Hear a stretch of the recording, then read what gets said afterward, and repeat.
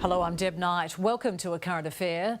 Phil and Eunice thought Glenn was their guardian angel. Drowning in debt, he offered the pensioners a solution they thought was too good to refuse. So the couple signed on the dotted line to stay in their home. Now they face being booted out. When pensioners Phil and Eunice Good built this home in Diamond Creek, it was everything they dreamed of, but not for long. The gutters were leaking, roof problems. With a myriad of defects, they hired Glenn Jones to help them take on the builder in the Victorian Civil and Administrative Tribunal. He was employed as a building inspector to review all the faults and compile a report. But their builder went into liquidation, and so the VCAT case was abandoned. Phil and Eunice were left with a $78,000 bill from lawyers that they couldn't pay and a $170,000 mortgage. They'd already drained their superannuation and savings on legal fees. And how were you feeling at that point? Down. Yeah, a bit down, yeah. Worried. I'm worried. The couple was living pension to pension, and they allege Jones knew that when he came up with a solution. It would be an agreement whereby we would sell the property to a trust and we would be beneficiaries of that trust. And I understood that we would still own the property.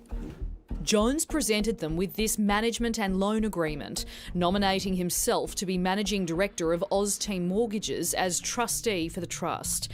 Part of the deal meant Phil and Eunice must pay a minimum monthly rent of $500. The bank loan on our existing mortgage would get paid, and also our lawyer's bill would get paid. Phil and Eunice admit they were desperate and claim Jones didn't let them read the agreement in full before signing, something Jones denies. We were in a haze. We could not read the words. Do you feel Glenn was pressuring you to sign this agreement? I do. Yes. I feel that we were duped into signing this agreement. In 2018, their home was sold to the trustee. The pensioners say they kept up to date with rent and transferred money to the trust for council rates and water rates per the agreement. But what they didn't realise was Jones had taken out a hefty loan with steep interest. She'd borrowed $520,000 in a private arrangement with a mortgage broker at 7%, whereas the bank rate was way down on that. Ultimately, the couple says the arrangement Jones sold to them was doomed to fail. It was a crazy situation. It could not work. And so now, the Sheriff's Office is knocking. This came in the post box. It was hand-delivered. It's a notice to vacate the property from the Sheriff's Office. Their deadline, today. It's almost inhuman to kick people out under these circumstances. Do you think you would be in this position had you not signed that agreement that he proposed? I do. I regret it every day. It's not fair. At our age, it's not fair to be thrown out of our home that we work for. What was meant to be a lifeline for Phil and Eunice has now somehow become their worst nightmare. A Current Affair spoke with Glenn Jones to understand his side of the story, but he didn't want to comment because they're now battling it out here in the Supreme Court of Victoria. But his lawyers provided this statement, which said Phil and Eunice Good were not pressured into entering any agreement, and it was our client's understanding that they were at all times represented by an independent lawyer and had the benefit of legal advice in relation to the transfer of the property into the trust.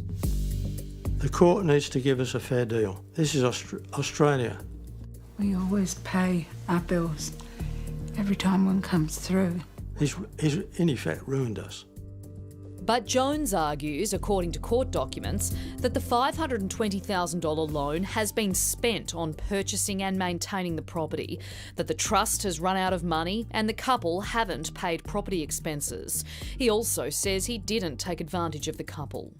They entered into a trust that they shouldn't have entered into, but their white knight came to what they thought was their rescue.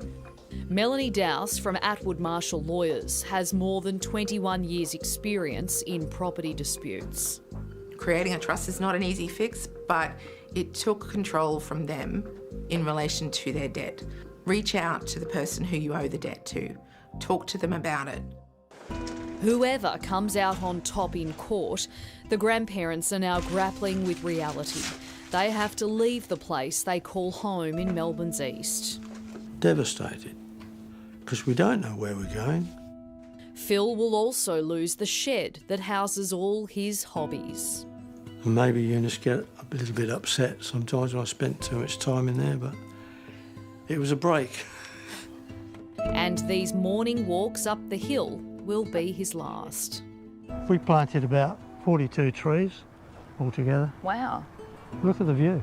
Yeah, it's beautiful. Facing today's deadline, Phil is making one last plea for help. I can't go any more, I've had enough. I'm sorry. That's okay. Once the property is sold, Phil and Eunice will resume the proceedings currently before court. A damages claim against the trust that Jones established and Jones personally.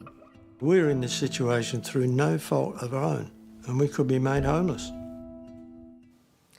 Glenn's lawyer says he denies any wrongdoing and that there were numerous discussions before any agreement was signed.